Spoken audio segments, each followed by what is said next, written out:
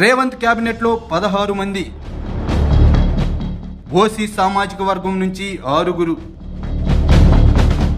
తెలంగాణలో కొత్తగా అధికార బాధ్యతలు స్వీకరించిన కాంగ్రెస్ పార్టీలో ప్రస్తుతం సీఎం, మంత్రులు, విప్పులు కలిపి 15 మంది కేబినెట్ ర్యాంకును కలిగి ఉన్నారు. చీఫ్ విప్ ధ్యాసం వినయ్ భాస్కర్ తో కలిపి ఆ సంఖ్య 16కు చేరింది. వీరిలో ఓసీ సామాజిక వర్గం నుంచి 6, బీసీ నుంచి 4, ఎస్సీ సామాజిక వర్గం నుంచి 3, ఎస్టీ సామాజిక వర్గం నుంచి 2 ప్రాతినిధ్యం వహిస్తున్నారు. దీంతో అన్ని వర్గాలకు సమన్వయం చేశామనే ఫీలింగ్ లో కాంగ్రెస్ పార్టీ ఉన్నట్టు కనిపిస్తుంది. పార్లమెంట్ ఎన్నికల వరకు ఇదే టీంతో పాలన కొనసాగించడం వలన ఎలాంటి డిస్టర్బెన్స్ లేకుండా ప్రభుత్వం ముందుకు సాగుతుందని సీఎంతో పాటు కీలక మంత్రులు అభిప్రాయాలను వ్యక్తం చేస్తున్నట్టు తెలిసింది. కేబినెట్ విస్తరణలో తమకు స్థానం లభిస్తుందన్న ఆశతో పలువురు ఎమ్మెల్యేలు ఉన్నారు. కులాల సమీకరణలో భాగంగా తమకు లభించే ఛాన్స్ ఉందని ఇప్పటికే కాంగ్రెస్ పార్టీకి చెందిన కొందరు ఎమ్మెల్యేలు, అనుచరులు, సన్నిహితుల వద్ద చెప్పుకుంటున్నారు.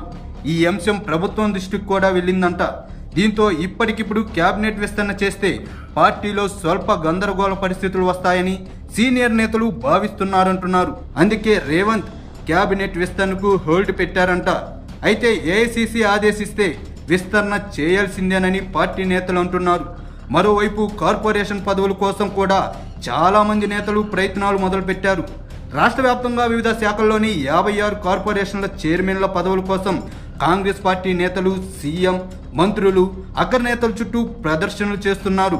వీటిని ప్రకటిస్తే కూడా పార్టీలో కొంత అసంతృప్తి రాగం వినిపించే అవకాశం ఉందని సీఎం రేవంత్ ముందస్తు చూపుతో వీటిని కూడా పార్లమెంట్లో ఎన్నికల వరకు ఆపాలని భావిస్తున్నట్టు సమాచారం. సీఎం బాధ్యతలు చేపట్టినప్పటి నుంచి రేవంత్ రెడ్డి పాలనలో తన మార్కును చూపించే దిశగా ముందుకు సాగుతున్నారు.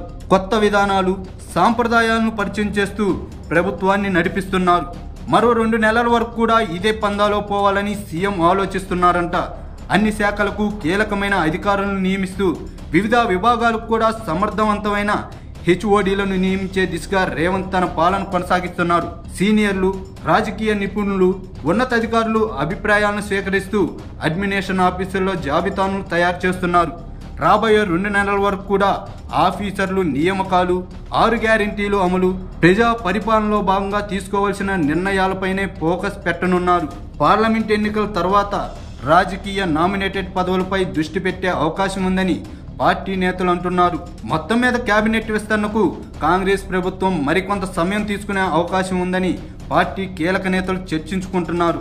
గవర్నర్ ప్రసంగం తర్వాత కూడా పలువురు కాంగ్రెస్ ఎమ్మెల్యేలు ఆఫ్ ద రికార్డ్ ఇదే అభిప్రాయాలను వ్యక్తపరిచారు.